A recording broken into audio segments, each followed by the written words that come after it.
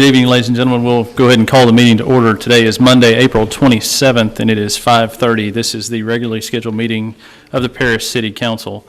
We'll start off with the invocation and the Pledge of Allegiance. The invocation to be led by Pastor McKay and the Pledge of Allegiance by Councilman Jenkins. If you'll all please rise. Let's pray.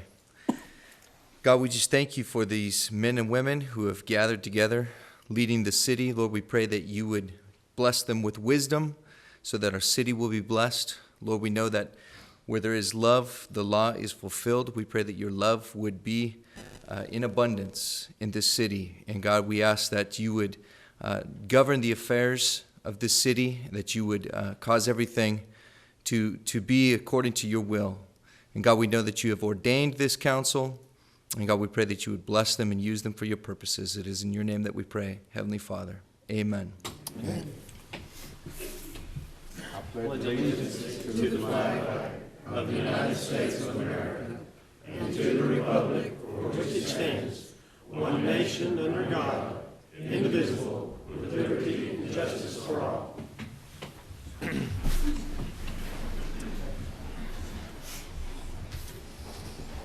All right, with that in mind, go ahead and ask for your indulgence a few minutes. We're going to kind of jump around a little bit and vary just a small bit from the agenda. We're going to go ahead and do items 4, B, C, and D for the proclamations, and then the council will go to executive session for a conference. So we'll conference call. And we'll do citizens forum following that. We want to make sure everybody gets a chance to be heard. Item 4B is the proclamation for May as Motorcycle Awareness Month, and Mr. Womack, I believe, yes, would you like to come on up? Doing great. Thank you guys so much for being here.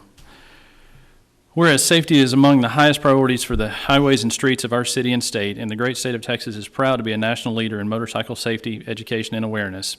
And whereas motorcycles are a common and economical means of transportation that reduces fuel consumption and road wear and contributes in a significant way to the relief of traffic congestion and parking, it is especially important that the citizens of our city and state be aware of motorcycles on the streets and highways and recognize the importance of motorcycle safety.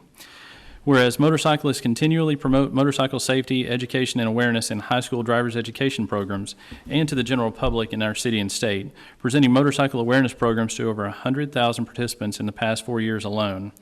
And all motorcyclists should join Paris Gypsy MC in actively promoting the safe operation of motorcycles, as well as promoting motorcycle safety, education, and awareness to the citizens of our city and state.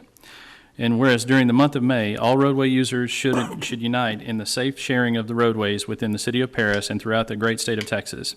Now therefore, I, Matt Frierson, Mayor of the city of Paris, Texas, by the authority vested in me and in recognition of the 19th anniversary of the efforts of American Bikers Aimed Toward Education, Paris Gypsy MC, and the other 220,000 registered motorcyclists statewide, and in recognition of the continued role they serve as a leader in motorcycle safety, education, and awareness, do hereby proclaim the month of May 2015 as Motorcycle Awareness Month in Paris, Lamar County, Texas, and urge all motorists to join in an effort to improve safety and awareness on our roadways. I tell you what, we as a motorcycle club appreciate it. You bet. You bet.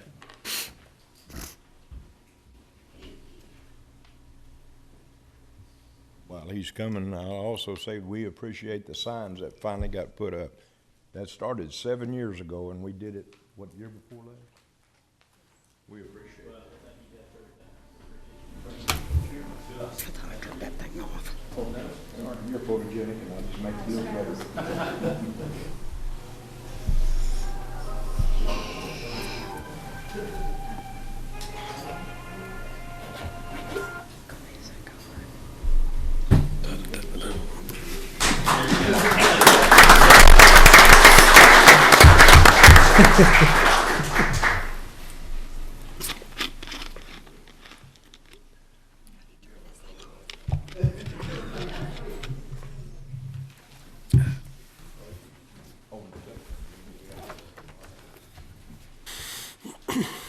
Okay, item 4C, proclaiming April 30th, 2015 as the commemoration of the 50th anniversary of the Vietnam War. For this, gentlemen, we have Mr. Mackey, Mr. Dennison, Mr. Archer, and Mr. Rapella. Did I get everybody there? Great. Thank you, guys. Please come on up.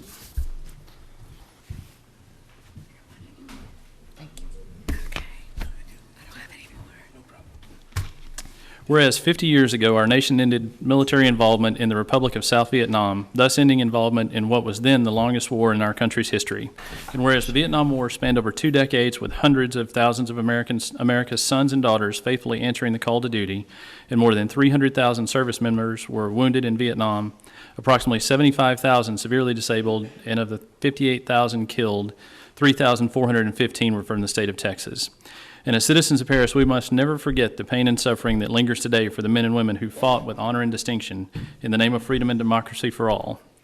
And throughout this commemoration, let us strive to live up to their example by showing our Vietnam veterans, their families, and all of the men and women who have served our country the fullest respect and support of a grateful city, state, and nation. Now, therefore, I, Matt Frierson, Mayor of the City of Paris, Texas, hereby proclaim April 30th, 2015 as a commemoration of the 50th anniversary of the Vietnam War. Gentlemen.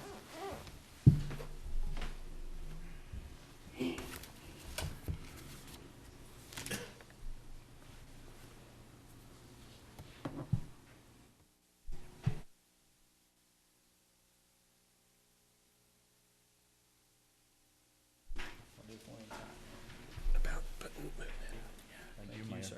Appreciate that. Thank you. Thank you, sir. Trade you out. Thank you guys so much for everything. Thank you. Sir.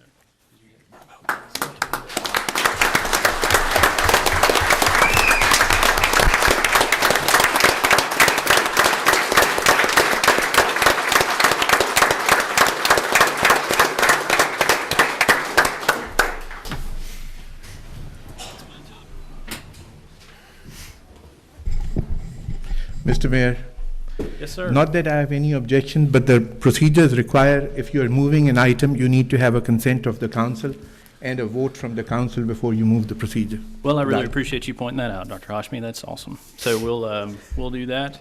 I'll make a motion. I'll second. Okay. Have a motion and a second. All those in favor say aye. Aye. Opposed? Great. Motion carries. All right. Item 4D, proclaim May 7th as National Day of Prayer. And for this, we have Pastor Aldridge. I almost put that one aside too soon, Sarah. Great. Whereas the National Day of Prayer is a vital part of our heritage since the first call to prayer in 1775, when the Continental Congress asked the colonies to pray for wisdom in forming this nation. The call to prayer has continued throughout our history, including President Lincoln's 1863 proclamation of a day of prayer, and in 1952, a joint resolution from Congress was signed calling for a National Day of Prayer. And whereas in 1988, President Ronald Reagan signed an amendment to the law so that the National Day of Prayer would be held on the first Thursday in May.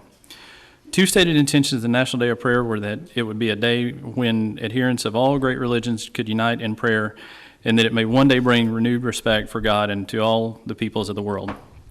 Whereas the 2013 presidential proclamation declared, all of us have the freedom to pray and exercise our faiths openly. Our laws protect these God-given liberties, and rightfully so. On this day and every day, prayers will be offered in houses of worship, at community gatherings, in our homes, and in neighborhoods all across the country. Prayer brings communities together and can be a wellspring of strength and support. Let us give thanks for the freedom to practice our faith as we see fit, whether individually or in fellowship. Let us come together to pray for peace and goodwill today and in the days ahead as we work to meet the great challenges of our time. Now, therefore, I, Matt Frierson, Mayor of the City of Paris, hereby proclaim May 7, 2015 as a National Day of Prayer, and call on Paris citizens to give thanks in accordance with our own faiths and consciences for many freedoms and blessings, and in asking for God's continued guidance, mercy, and protection.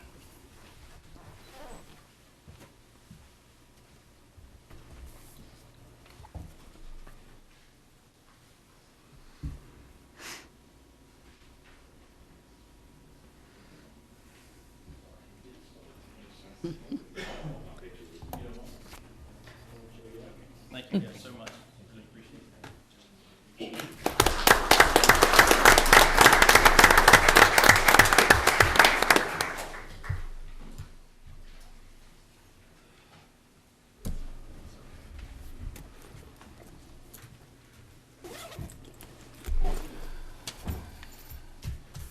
Okay, good stuff. At this point, with the council's pleasure, we have an executive session posted on the agenda for timing purposes with regards to this particular item. It looks like the timing needs to be such that if we could go to executive session at this point, that would be ideal. If there's a motion to be made on that, I would. Make a motion. Motion from Dr. Grossnickel, second from Dr. Hashmi. All those in favor say aye. Aye. Opposed? Okay. That makes the time now 5:40. Do you want me to read what we're going into executive Sure, session on? sure, if you'd like, that'd be Okay. great. Now, we just going on the corporate stuff. Just on the scan. Okay. We're going to convene into executive session pursuant to Section 551087 of the Texas Government Code to discuss or deliberate regarding commercial or financial information that the governmental body has received from a business prospect that the governmental body seeks to have locate, stay, or expand in or near the territory of the governmental body, and with which the governmental body is conducting economic development negotiations, or to deliberate the offer of a financial or other incentive to a business prospect described by subdivision 1 as follows: J.S. Baking, Skinner Bakery. And if you state the time. The time is now 5:41, and we'll go to executive session. Thank you for your patience. It's now 6:27, and we are back in open session. And let's see. So among the items discussed in there, had a productive conversation with Skinner Baking. Looking forward to continuing their success here in Paris, and the matter will be readdressed by the council during the June meetings. And with that, we'll go back to what is now 4A for the Citizens Forum. Persons desiring to address the council must limit their presentation to no more than 2 minutes. Unless an item is posted on the agenda, the Texas Open Meetings Act prohibits the council from responding to any comments other than to refer the matter to a future agenda, to an existing policy, or to a staff person with specific factual information. Claims against the city, council members, or employees, as well as individual personnel appeals, are not appropriate for the Citizens Forum. Anyone wishing to speak in the forum, please come forward, sign in, state your name and address for the city council, and again, as usual, we'll try to limit things to 2 minutes. So anyone wishing to speak, please come forward.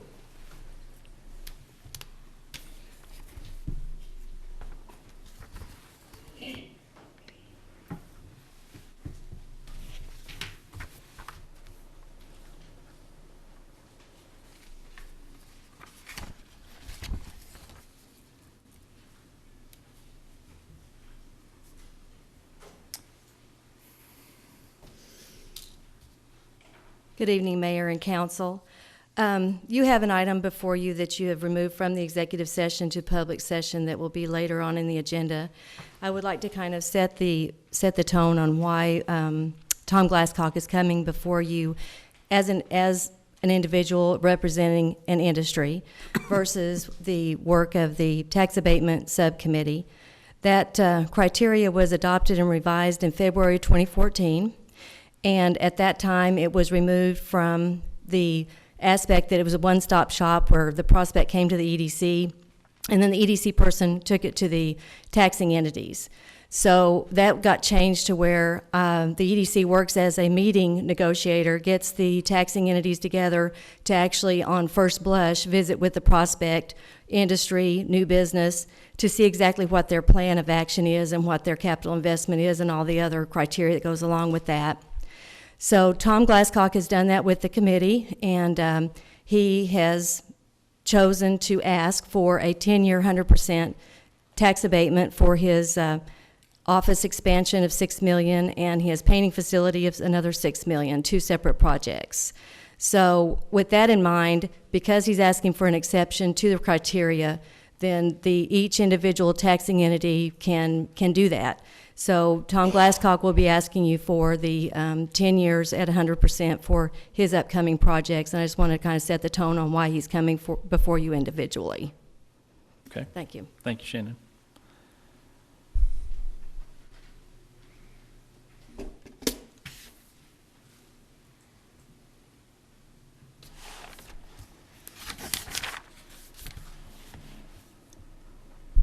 My name is Phil Smith. I'm an attorney in Paris, Texas. I've been practicing for 46 years and representing businesses and real estate organizations through my career.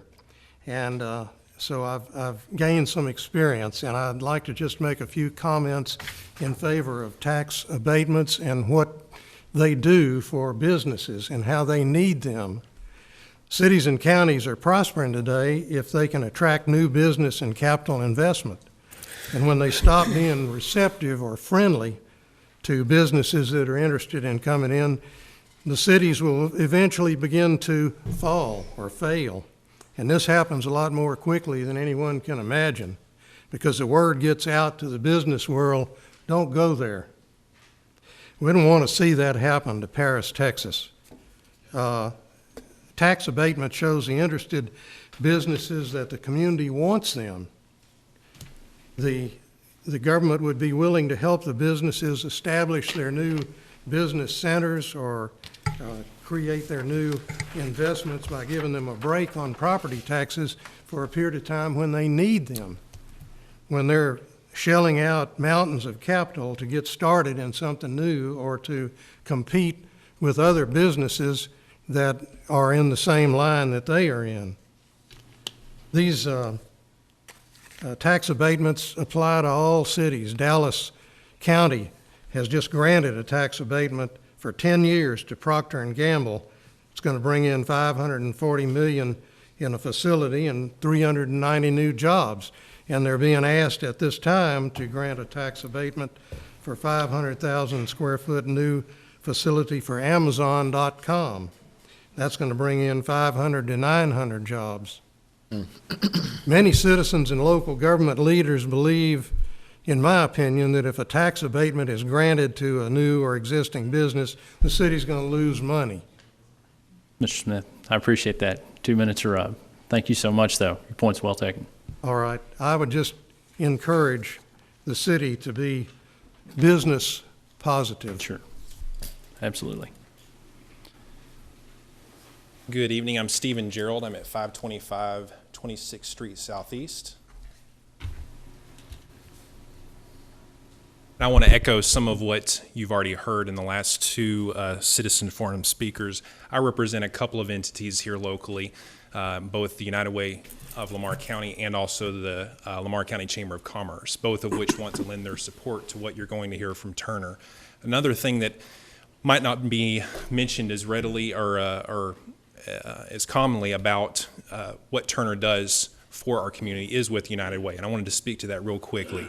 In the last few years, Turner has raised over $200,000 a year alone in their United Way campaign.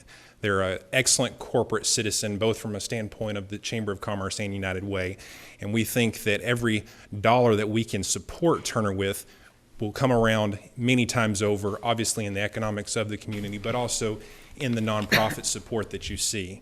Again, I've seen the numbers that are being requested here.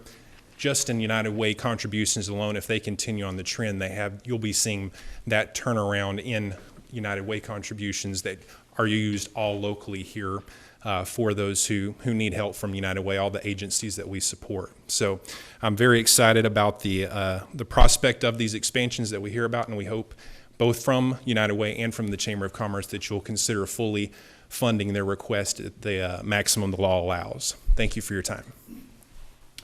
Thank you.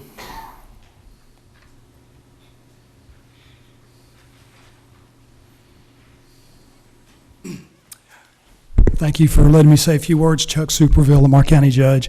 Turner Pipe, I stand in rising support of 100% 10-year tax abatement for Turner Pipe. They're a great corporation, over 700 employees, $40 million annual payroll. The main point that I wanted to make was about 5 years ago, we were in serious jeopardy of almost losing Turner Pipe. It frightened this community to its core. About 20 citizens, leadership, we saddled up and went to Baton Rouge with our hat in hand, and we asked Turner Pipe to consider not leaving this community, and we promised Turner Pipe that if there was anything that we could do for them, to please ask. They're asking today. So I'm asking that we seriously consider the 10-year 100% abatement for Turner Pipe. It's the right thing to do. Thank you all. Thank you, Judge.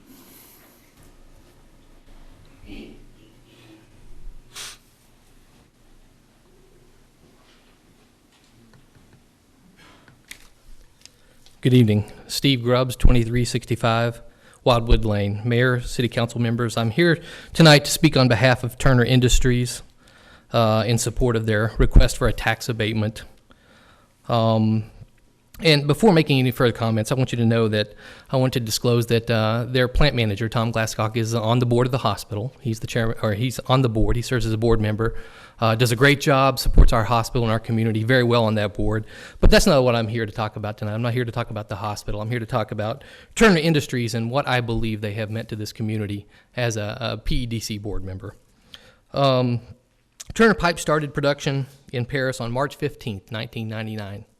And they have a 16-year track record in our community of providing stable, good jobs and contributing to the economy of our community.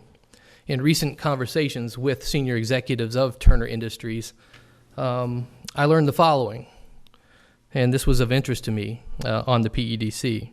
They were made aware of Paris, Texas, by a flyer that was distributed by the PEDC. They added that, that the incentive package that was offered to them by the PEDC tipped the scales on why they chose to relocate and to found a plant here in Paris. And they want to continue to expand that plant and grow their facilities in Paris, all of which we support. On April 7th through 9th, I was fortunate enough to join many other folks from Paris in attending our state legislators' Paris Lamar Days. And it was a great experience. First time I'd been. And one of the keynote speakers that we listened to that second day that we were there was Larry McManus. Larry was from the governor's office, and he's the manager of domestic expansion and recruitment. And Larry presented to the group the importance of economic development and what that means to Texas. He said there are really three things that are important. One is having a site-ready facility. 75% of the companies, that's what they want. Number two, tax abatements. And number three, other incentives that are offered by the PEDC. So with that being said, I think site-ready building Turner does not need. They can build that on the current facility, the current site. Tax abatements, that's what they're asking. So I'm in support of that. Thank you. Sorry. Thank you, Mayor. Turned my buzzer off accidentally, but yeah, 2 minutes. Thank you so much. Anyone else? My name is Sims Norman, and I live at 606 Church Street. I also encourage the council to give the full 10-year tax abatement to Turner Pipe. When you're 300 miles from the state capitol, you're not on an interstate highway, you're geographically isolated, you're a rural area in an urban state, we need to do everything that we possibly can to promote our area. The easiest way we can grow our economy is through our existing manufacturing plants. Unless you are retired or a farmer or work in a manufacturing facility, you owe your livelihood, and I'm one of those that does, to the payrolls in our community. We need this payroll. I do ask for the full 10-year tax abatement. Thank you. Thank you. Anyone else wishing to speak?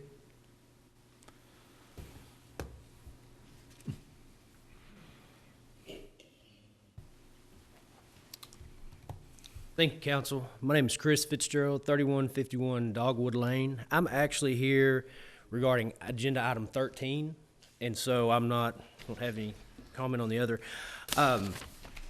Agenda item 13 is the resolution authorizing the use of eminent domain. I actually represent a client who owns property in Lot 6, Block 47, which is one of the properties that this council is thinking about exercising eminent domain on.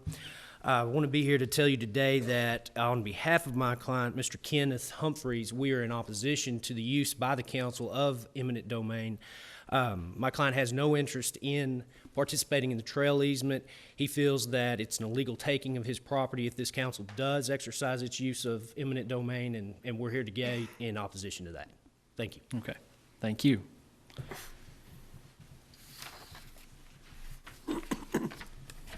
Anyone else wishing to speak? If not, the citizens forum is now closed. We'll move on to the consent agenda. Does anyone on the council have any items they wish to discuss on the consent agenda? If not, I'll take a motion to approve. So moved by Dr. Hashmi. Is there a second? Second, Ms. Lancaster. All those in favor say aye. Aye. Opposed? Motion carries. Thank you. Move on to the regular agenda. Ms. Ellis, item number 12. Approve an ordinance of the City Council of the City of Paris, Texas, amending the traffic parking system adopted in Section 31-84 as it is established in the traffic control map in Section 31-65 of the Code of Ordinances of the City of Paris, Texas, removing a loading zone and establishing a 2-hour parking in the 100 block of North Main Street on the east side of this street, making other findings and provisions related to the subject, providing a repealer clause, severability clause, a savings clause, a penalty clause, and providing an effective date. Great. Chief Tuttle. Mayor and members of the council, this item was brought before the Traffic Commission at our April meeting. The owners of the building at 134 and 140 North Main who recently bought it, they have this loading, unloading zone in front of their building.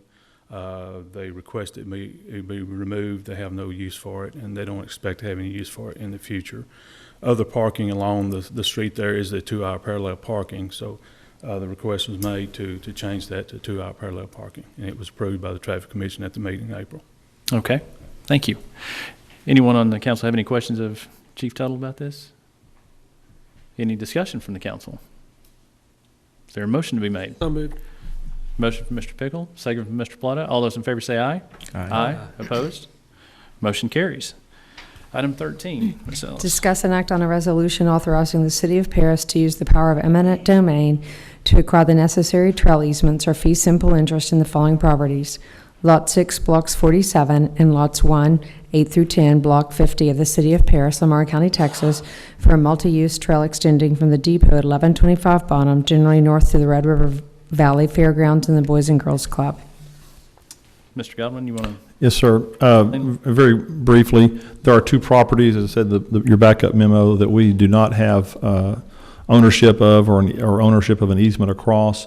Both of those properties are necessary to complete the trail, the West Paris Trail, which will go again north from the depot to eventually to the fairgrounds and the Boys and Girls Club. Condemnation is always a serious matter. Texas cities do have the right for condemnation under certain circumstances, including pedestrian access, pedestrian trails.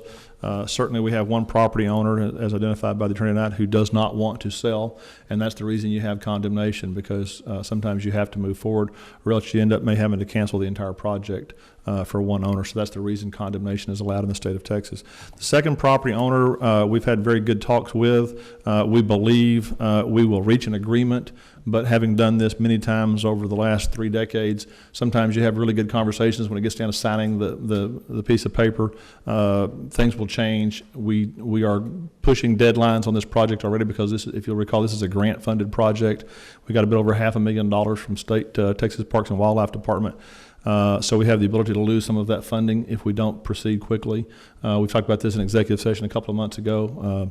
But at any point at this time, we strongly recommend that we authorize the city attorney to begin those condemnation proceedings as necessary. Okay, thank you. Any discussion or questions from the council at this point? What is the city attorney's legal opinion? The city manager, Mr. Godwin, did, lay it out accurately. Cities do have the right to bring forward condemnation proceedings to acquire right of way, and in this instance, hike and bike or multi-use trail easements. So, This falls into that category? yes, sir, it is. It does. It's not a short procedure. It's not an easy procedure, but and it's all laid out statutorily by the state, and it's really the only option we have if we can't move the trail. And we can't negotiate a price with the property with the landowner. That's all we have left. And we've made numerous attempts. We've made Question. We've made the preliminary what's called the initial offer for close to $5,000, I believe, for the trail easement on Mr. Humphrey's property. And as his counsel's stated tonight, he wasn't interested. He didn't make a counter offer. He wasn't interested in a trail easement going across his property next to the railroad tracks there, going north from Bonham Street in West Paris. So he will get another offer, a final offer, once the city engineering staff or the appraiser finishes completes the final appraisal on the property to determine what it's worth and how it might be damaged by a trail easement. Once we get that number, we'll make the final offer, and if we can't get anywhere from there, then we'll initiate the condemnation proceedings with the county commissioner, the county judge. We have to get they'll appoint 3 commissioners who will sit and determine the value of the land, or if the landowner wants to waive that process, it'll go straight to court, where a judge or jury will eventually decide what the value of the land is and any remaining damage to his remainder property might be. Dr. Oshby, sure. Do we know what his objection to it is? I mean, why is he opposed to it? I haven't spoken with him personally. I think you heard from his counsel tonight. I just don't think he's interested in the trail at all. Mr. Mayor, can we ask him, or is it not? Chris, would you like to comment on He wants to. this, or? Sure, please. Yeah. I'm going to.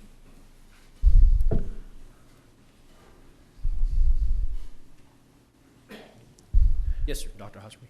I was just curious what his objection. I understand what you just said, that it's an intrusion of his property, but I was just questioning whether is it bothersome to him that people will be walking there or something, or I mean, what is his objection? Yes, sir. That's one component of it. He feels that it'll infringe on his peaceful right to the use and enjoyment of his property. He does not want foot traffic or traffic of any kind going across his property. Additionally, he's concerned with the potential decrease in value of the property due to this trail easement. Currently, he backs up to the railroad right of way. Well, this trail easement's going to cut that in half. He'll no longer have that benefit of his property adjoining the railroad right of way. Additionally, he's got concerns with the natural flow of water as it relates to draining after a heavy rain. He doesn't want to have any flooding issues. He still wants to be able to use his entire parcel of land as opposed to just a section, or potentially if this causes drainage issues, he could lose even more. If there were no drainage issues, would he be acceptable to it? To be quite frank, Dr. Hoshmi, I don't know the answer to that. We've not explored it that far. Initially, his initial response was no. And city attorney is correct. He did send out a letter. He and I have had some conversations on the matter, but as it stands tonight, he's opposed to it. Yeah. And Chris, does he realize what is being discussed, and that he may not, a jury or judge may decide against it? And yes, sir. He understands the process. He and I have discussed that process. Again, as we stand here tonight, he is prepared to move forward in that process if this council elects to draft a resolution. Ms. Lancaster, please. Isn't it true that particular property that the trail will be going down is really not useful because it is floodplain? I can't speak to that directly, ma'am. I do know that. Okay. Well, and you may very well be correct, but at any rate, it's still useful to him. Well, let me propose the situation as it is. His property, he's converted a garage and made a very nice little home for himself and a place for him to work with his cars. All of his windows, all of his openings open to the east.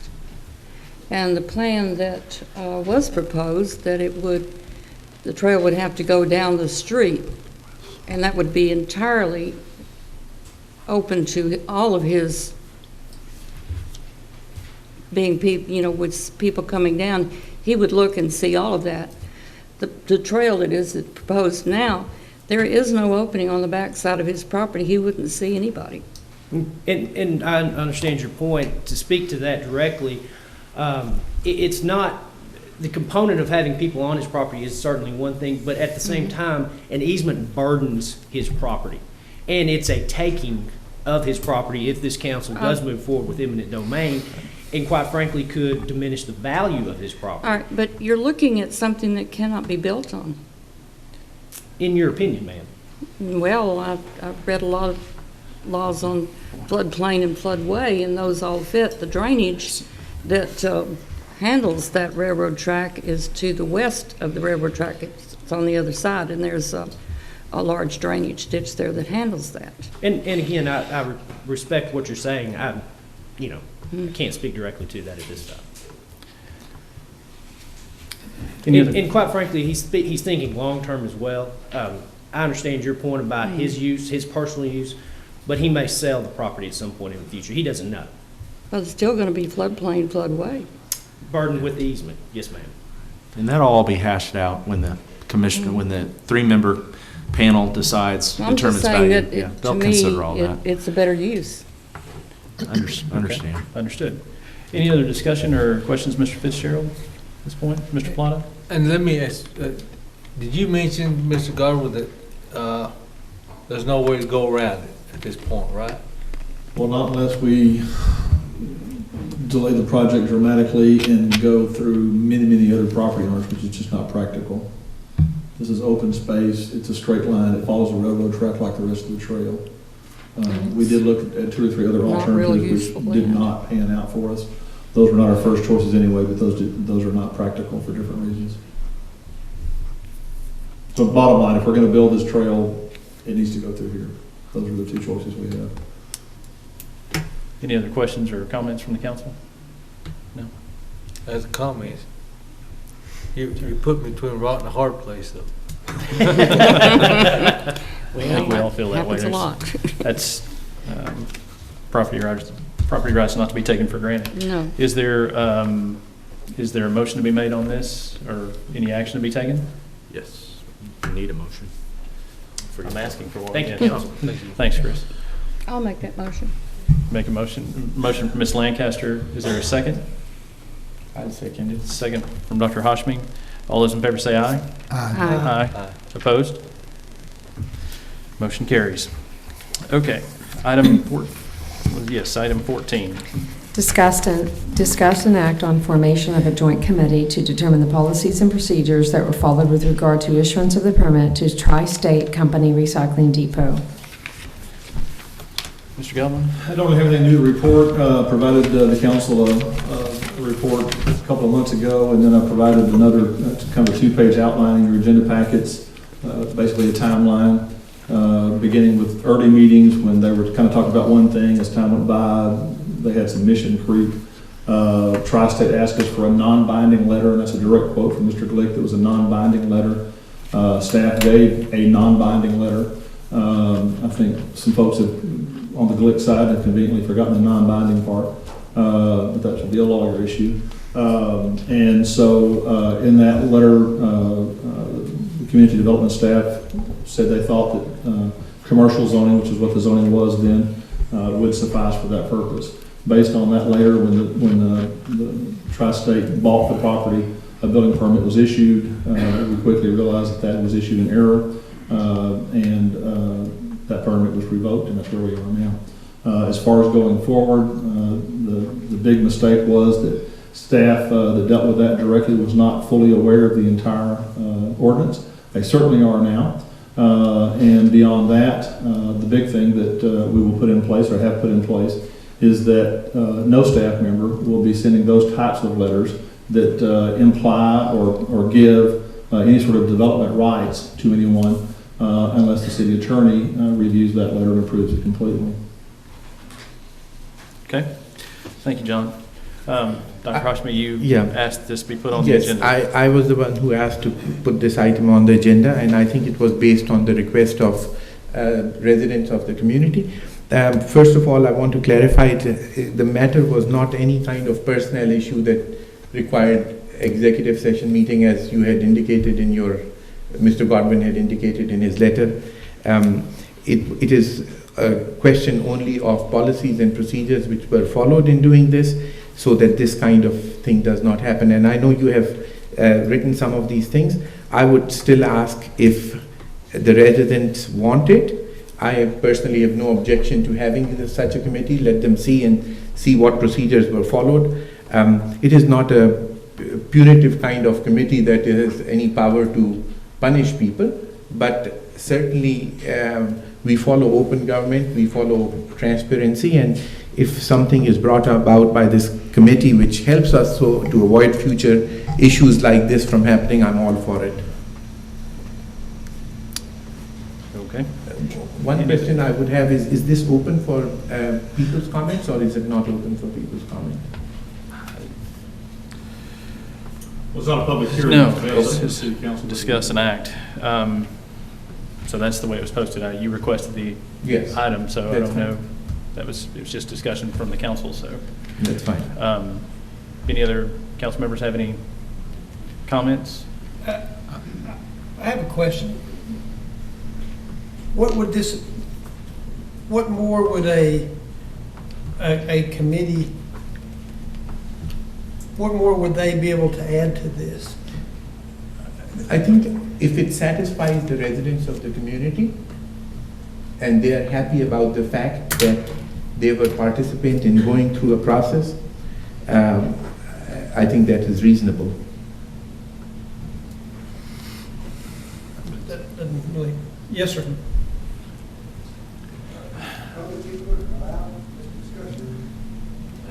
Mr. Coles, you suggested this to Dr. Hashmi. Please, do you have something you'd like to say? Yeah. Sure.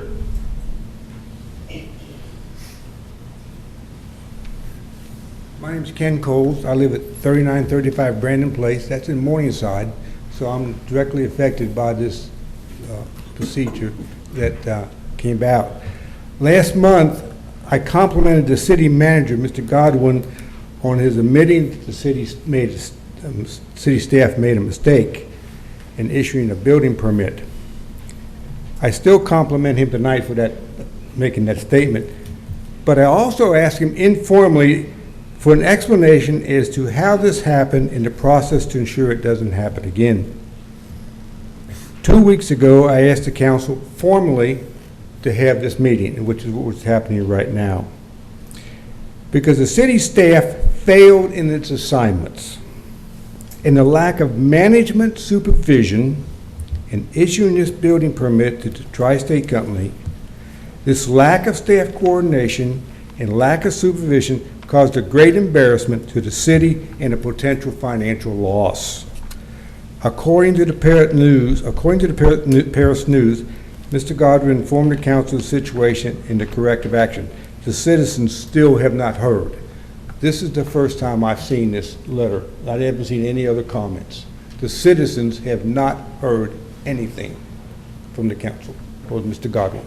And that's what I'm wanting here to see tonight. What has happened?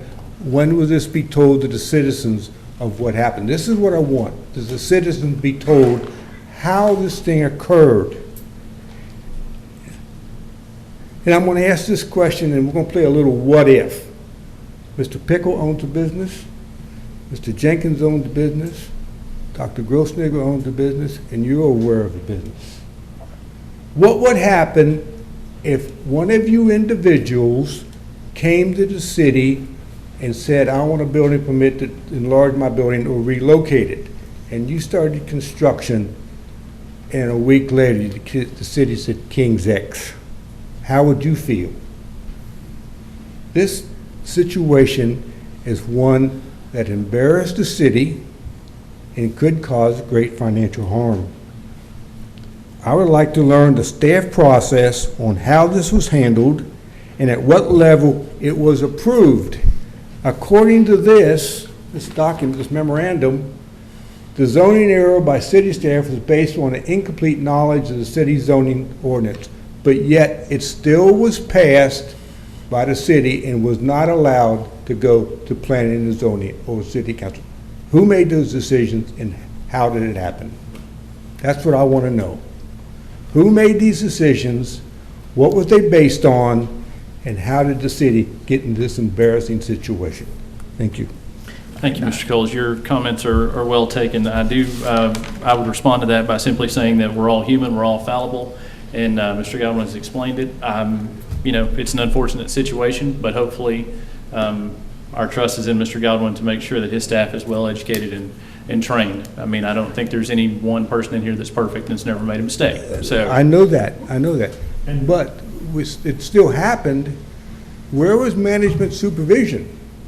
I think that's what Mr. Godwin explained. No, I didn't hear any explanation of management. Somebody made this decision. Where was the management? Where was the supervision? Well, if the question is the people that made that decision, that is in that memo. And if your issue is that I wasn't over there watching every decision they made, then that's on me. I have 327 employees, and honestly, I can't watch what all 327 are doing all day long. They made a mistake. The names are in the memo. The council's members have been given those names. I prefer not to fuss at people in a public meeting, but certainly we can. I agree. No. And ultimately, I take responsibility. They work for me. I should have been paying more attention. As it turns out, I wish I had. It's not physically possible for me to do that on a daily basis. All right. But that is something normally within the realm of their job, is to issue building permits. The building official issues several hundred building permits since I've been here. I've never seen any of those because that's not my job, and frankly, I don't know most of the time whether they should be issued or not because I'm not a chief building official. I understand that you cannot supervise 320 people. I understand that. But somebody needs to make sure that the information is correct and current. I agree, and again, mistakes were clearly made. I feel very confident that those people will not ever make that mistake again. Okay. And that's the big thing is, unfortunately, people make mistakes, but you don't ever want it to happen again. I'm very confident that they've gotten that message. Okay. And I'm not through with them yet, but again, I don't want to talk about it in the public meeting because even employees that make mistakes are important. And that's true. I agree 100% And I with you. appreciate that. I agree. But again, I, as a citizen, had not heard any of this. I understand. And I think there are a lot of people in Morningside and throughout the city saying, how did this happen? And what I'm looking for is information being put out to the general population. Now, I'll leave that up to you how you do that. That's all I got. Matt, Mr. Plata? can I say something? Sure. Mr. Godwin sent us the ordinance that was looked upon. Anybody that read that ordinance could see that under commercial, that fit the bill. And to me, Mr. Godwin took it upon himself to take the responsibility. To me, the people that did that did it because it fit that ordinance. Whether you want to say that I don't know what I'm talking about, it's fine.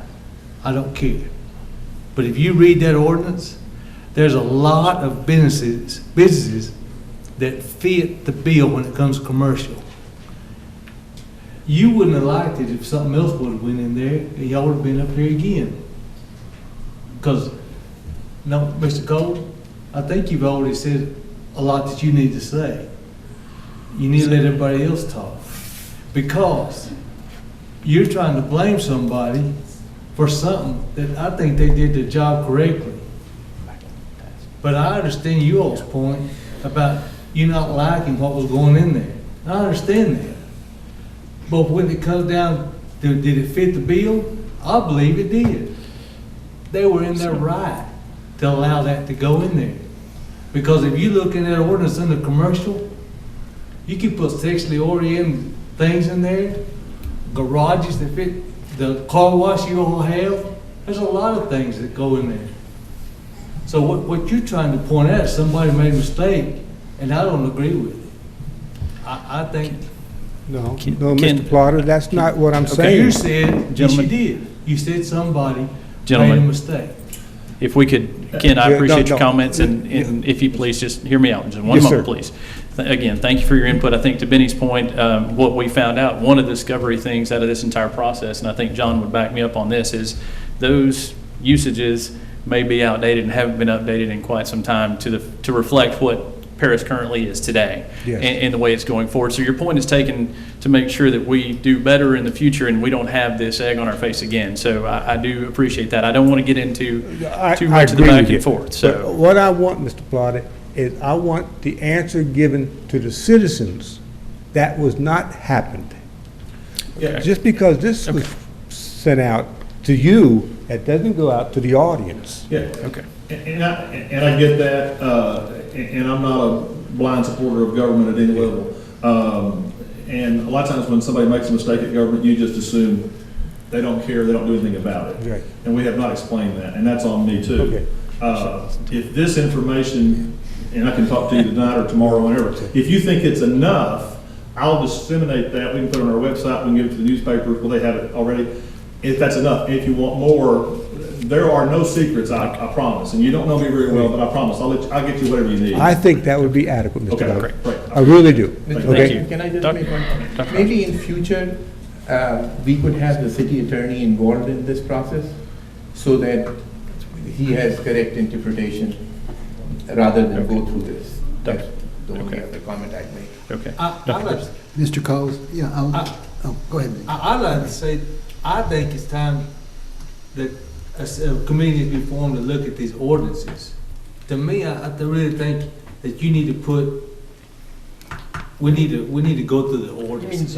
Yeah. We do, and These zoning another thing we need to do to protect this neighborhood is that commercial zoning needs to be changed to retail, and so we need to add that to a up-and-coming P and Z agenda. Sean, we talked about that before. I believe people out there would agree that it should be zoned retail, and that is what it shows on the future land use plan too, so that's another fix we need to make here fairly soon, so hopefully that'll be going to P and Z and then coming back to you guys. Mr. Mayor? Dr., hey, one moment, Yes, sir. sir. Dr. Grosvenor has a comment. Mr. Coles, I was just going to say that if this document that you hold in your hands is disseminated to any resident of the city anywhere, but especially in Morningside, I think that would be a step in the right direction. Yes, As sir. you say, we can post it on the website and the paper. But the other thing to consider is that there could be financial repercussions, and sometimes it's best not to have too much information disseminated in a public forum prior to the Well- negotiations on that lawsuit. I understand that too, Which Dr. we all know is most likely to happen. But if Mr. Godwin would do what he said, I would recommend no action on my proposal. Thank you. Okay. Appreciate that, Ken. Any other comments from the council? Any action to be taken on this?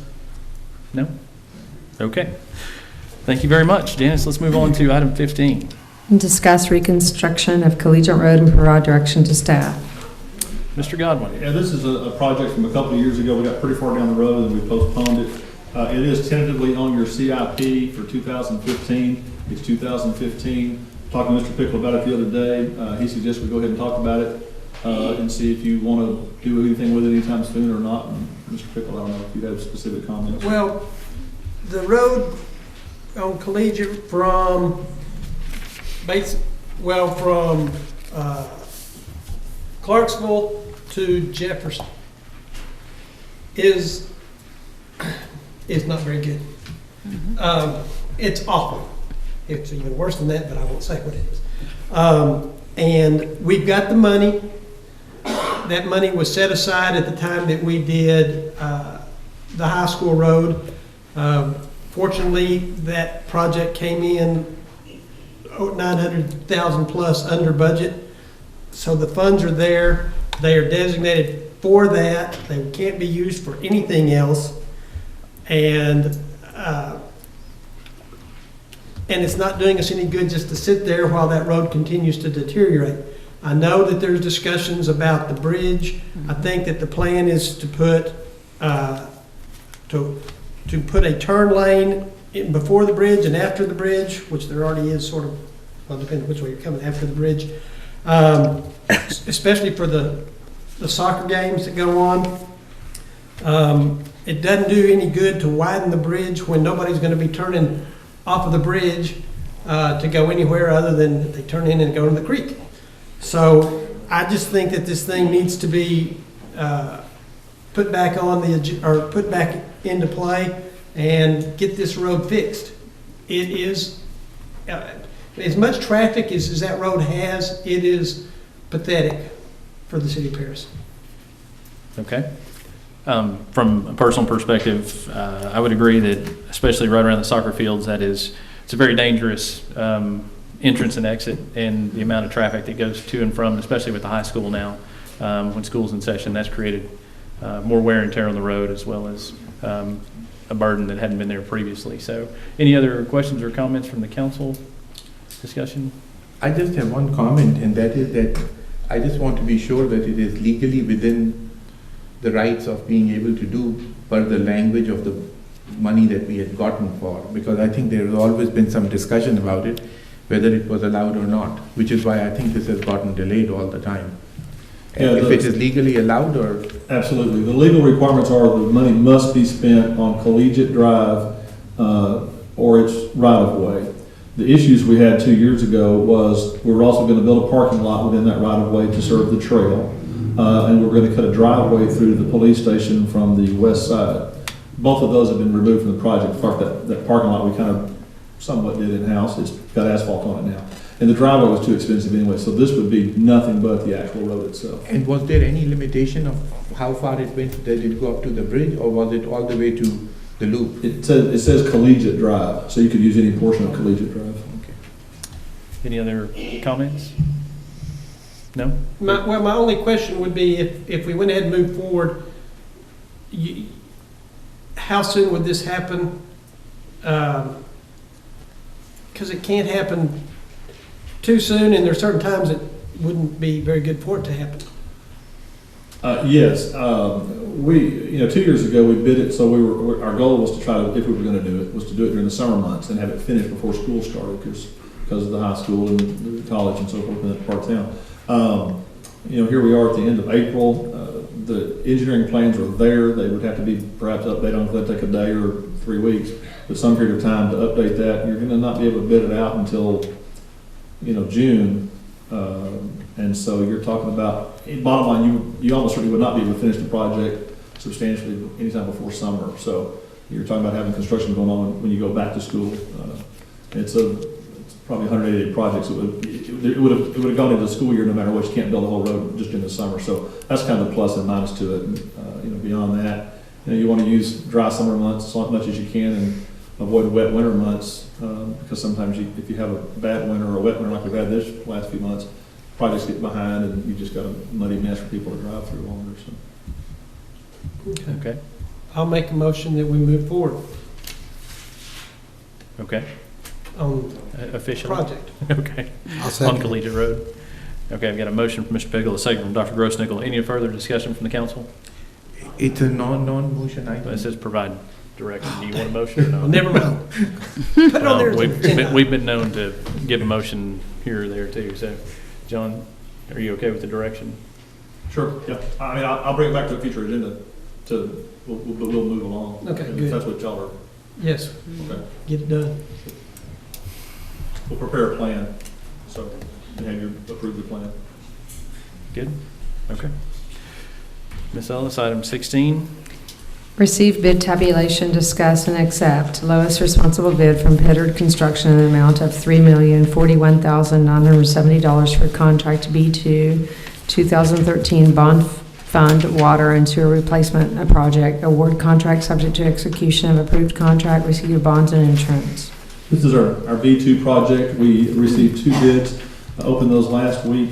The low bid was for $2.998470 million. That is somewhat less than, or actually significantly less than the engineering estimate. So for the third project in a row, it is below what our estimate was. We're also recommending, besides recommending that low bid, Pittard.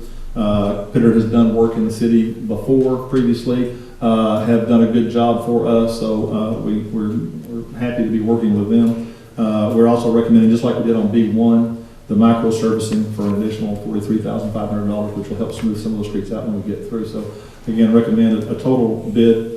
City staff and AECom agree, bidding on the bid of totaling $3,041,970. Okay. Any discussion from the council? Which will it still put it under the? Under the estimate, yes. Yes. Okay. The estimate was like 3.5, so it's quite a lot less than the estimate. So Okay. we're still doing really well on cost. And it fits into the bond language? Yes, absolutely. I'll make a motion to approve. Second. Got a motion and a second. Any further discussion? All those in favor say aye. Aye. Opposed? Motion carries. Okay, we go to item 17, which was previously listed for executive session. Do we need a motion to keep it in open? Should council wish to do so, or? I'll make a motion to bring it in open. Got a Second. motion, second. All those in favor say aye. Aye. Okay. So with that, do we need to, Janice, do you want to? read? Certainly, they're going to discuss or deliberate commercial or financial information that the governmental body has received from a business prospect that the governmental body seeks to have, locate, stay, or expand in or near the territory of the governmental body in which the government body is conducting economic development negotiations, or to deliberate the offer of financial or other incentive to a business prospect described by subdivision 1 as follows. Turner Pipe.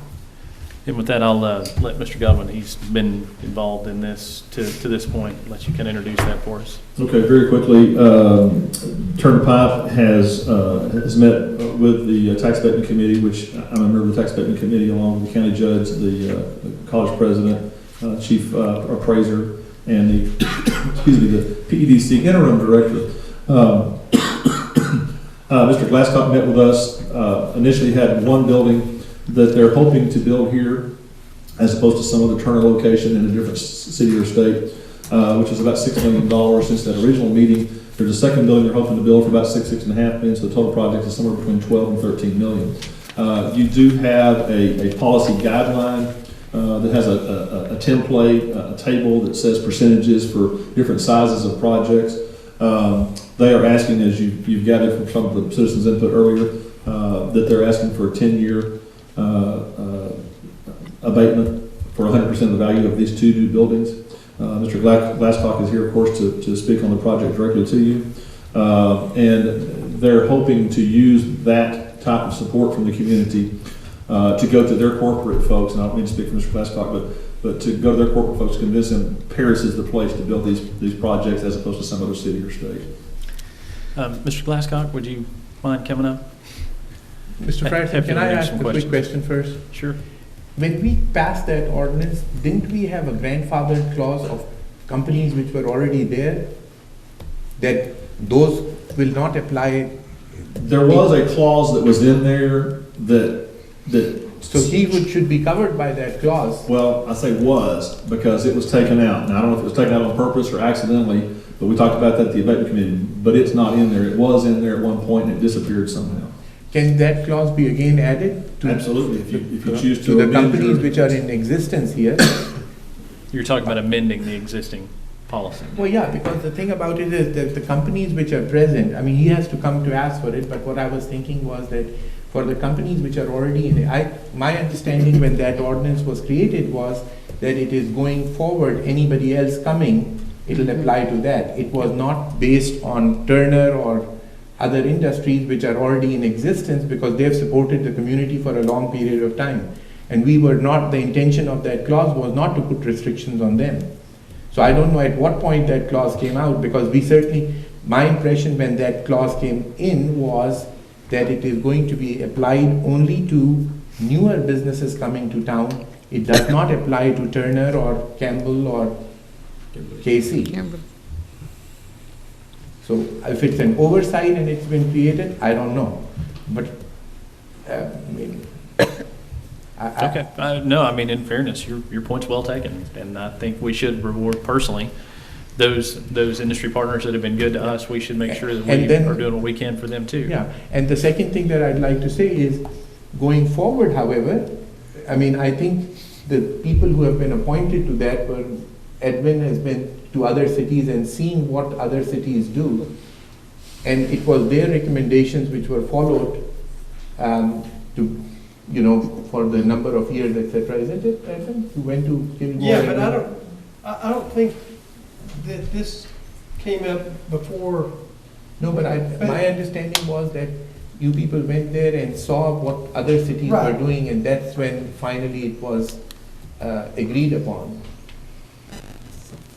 Now, I may be wrong on that, but those were my two understandings, that first of all, that it was, they didn't apply to him. That was number one, so, but anyway. And just real quickly, if the council chooses to amend that policy, which you can do with a simple vote, we could put that on the May 11th agenda for consideration, to put that back in, which was taken out again. I don't know why it was taken out, if it was on purpose or not. Well, personally, I'd favor that, and it avoids him from. That'd be great. Put that on there. Mr. Glasscock, thank you for coming. Let's get back to you now. Tom, you want to give us any background or anything else that we need to take into consideration? I have a success story to tell you. We're dying to hear those, please.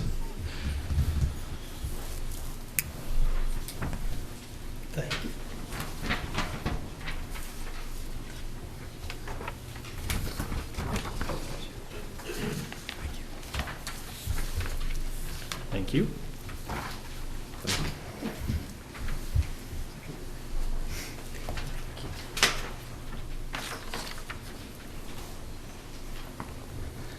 There are a lot of numbers on there, and I know just to not take up too much time, it is a success story that you have represented before you.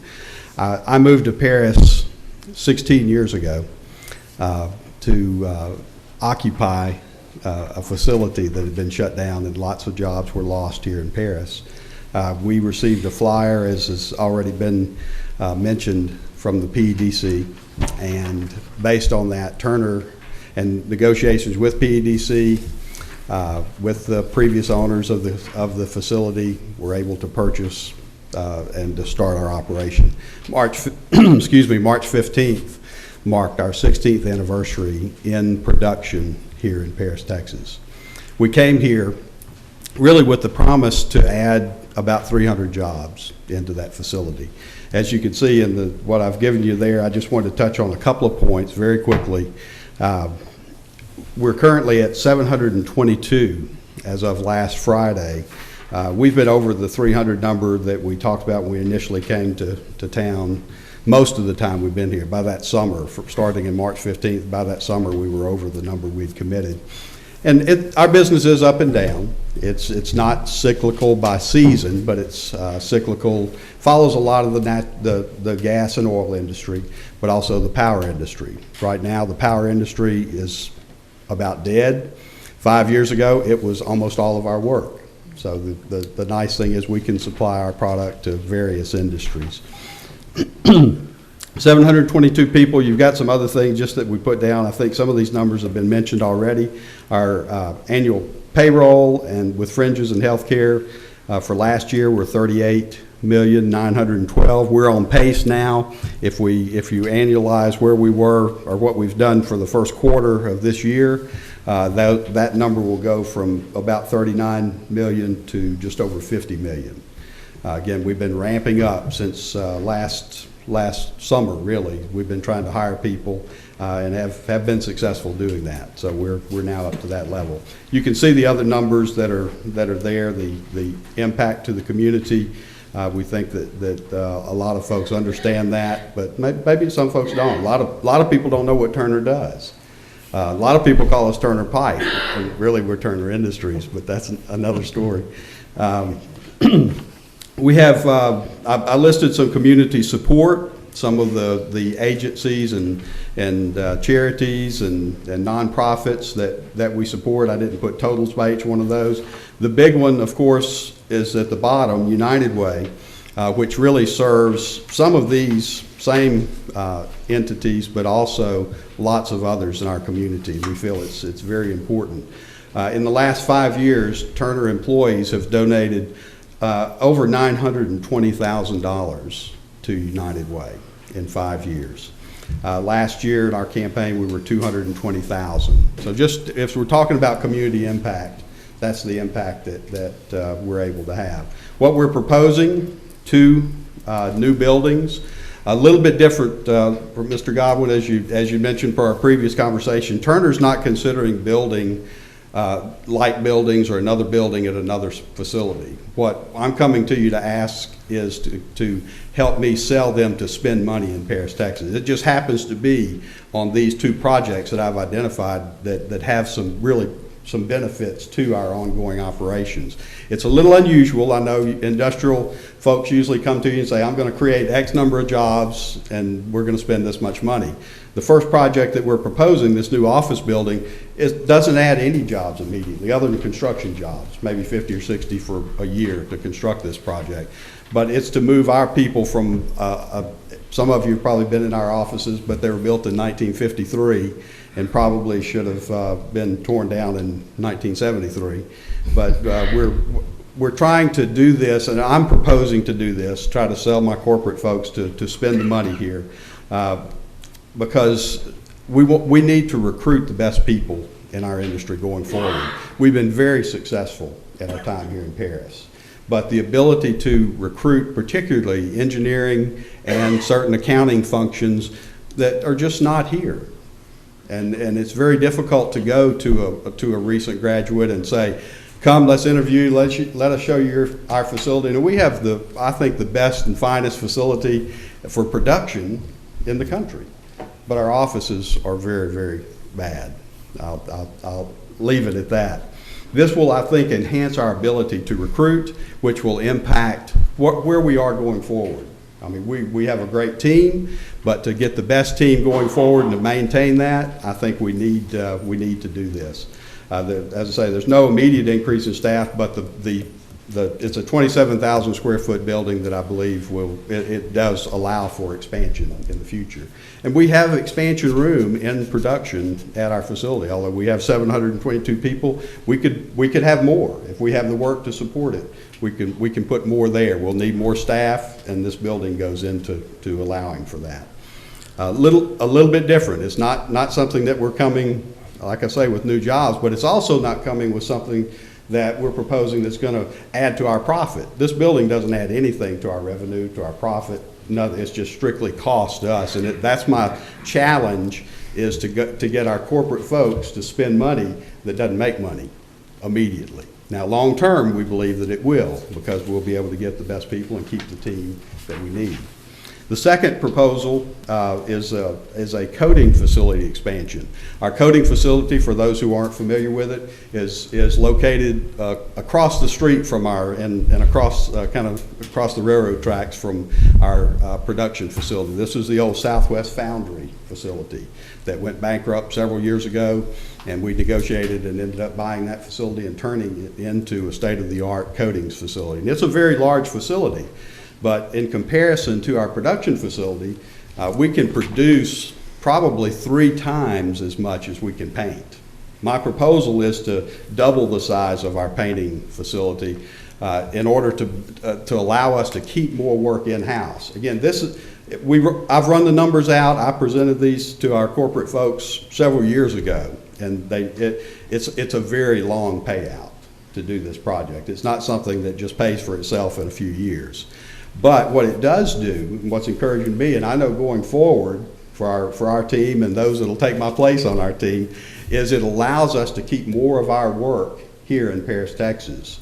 And it allows us to keep control of it and enhances our ability to deliver product on time to our clients. Right now, over half of our painting work we send down to the Houston area. And we're dependent on painters down there to have the same sense of urgency about our product and our commitments to our clients as far as deliveries that we have. And we've done okay. But if we can bring this back in-house, again, it's a 50 to 60 job ad project. But it's not a huge job ad, but it's something that will really help our ongoing operations, help us attract more jobs. There's many positives about it like that. But that's our driver. The driver is not to increase profits even, although it will increase them some, but to give us more control over our business.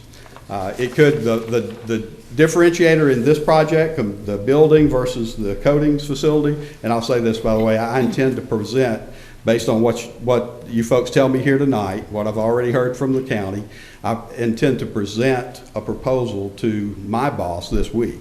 Okay, we've been crunching numbers, getting budgets and cash flows and all that together. The last component is, what can we expect from the taxing entities? Okay, with that, I'll go to our board, to my bosses who will present it to our board, actually.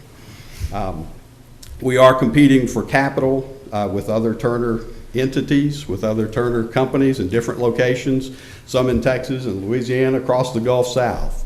And that's what I'm trying to convince them. Two projects that from just strictly a profit standpoint are not very attractive to Turner.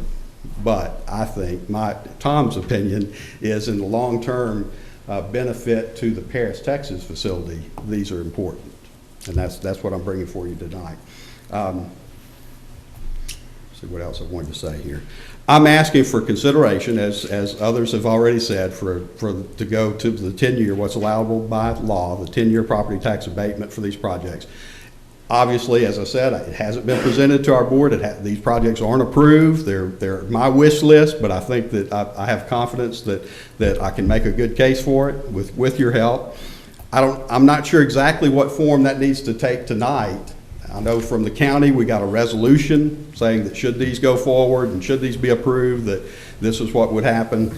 But without a formal application or the contract or any of that, I don't know the process here. So I'm looking, I don't know if that's a form of a resolution. I need word from the city saying this is what you can expect, Tom. This is what you can tell your corporate folks that you're going to get as far as tax relief on these two projects. Mr. President, I'll make a motion to pass a resolution to give them the 10-year abatement, and then come back with the correction of the ordinance that we have. Got a motion on the floor from Dr. Hashmi. Wait, before we can we do that? Mr. Attorney? You can give us direction and we'll bring it back. We've got, I think we're going to have to create a reinvestment zone for this, and we've already got the map ready. So that'll be the first thing to come back to you But as a we can do the reinvestment zone. resolution, is my question. Well, we don't have one prepared for tonight because it wasn't on the Well- agenda that way. But give us instruction, we'll bring it back for you. Well, I'll make a motion to give instructions to the city to approve their 10-year abatement when it comes back with an application. Did you get that, Janice? And I'll second. Okay. If I can. If it's- We've got a lengthy motion. We've got a second. Is there any other discussion from the council? All those in favor say aye. Aye. Opposed? Thank you go. very much. Mr. Glasscock, thank you so much. The numbers were great, and we appreciate all you do. Okay, thank you. Thank you. All right, so normally be, Mr. Attorney, do you have anything to add for your executive item? No, sir. No, sir. We've Okay. covered it. So we'll move over. So Janice will move on to, Item 19. yep. Consider and approve future events for city council and our city staff pursuant to resolution number 2004-081. Anyone have anything? Other than just a reminder that early voting opened today. Please make sure you take advantage of that. John has something. Mr. John Gottman's has raising his hand. Oh, I thought you were Oh, saying- I'm sorry. Just two very quick things. One is Saturday, downtown, the farmer's market opens this coming weekend. Also, there's the slow roll bike ride on Saturday. And then, most people in the audience don't care, but the HOT, the hotel occupancy tax audit that you approved a few months ago is going to start this week. And so in case you have any friends in the hotel business, they're wondering why we're going through their books, it's because that's what we're doing to make sure we have no issues there. Okay, thank you. Sorry, I didn't see you down there. So now would you like to make So a moved. motion? All right, the second? They're gonna- All in favor say aye. Aye. Aye.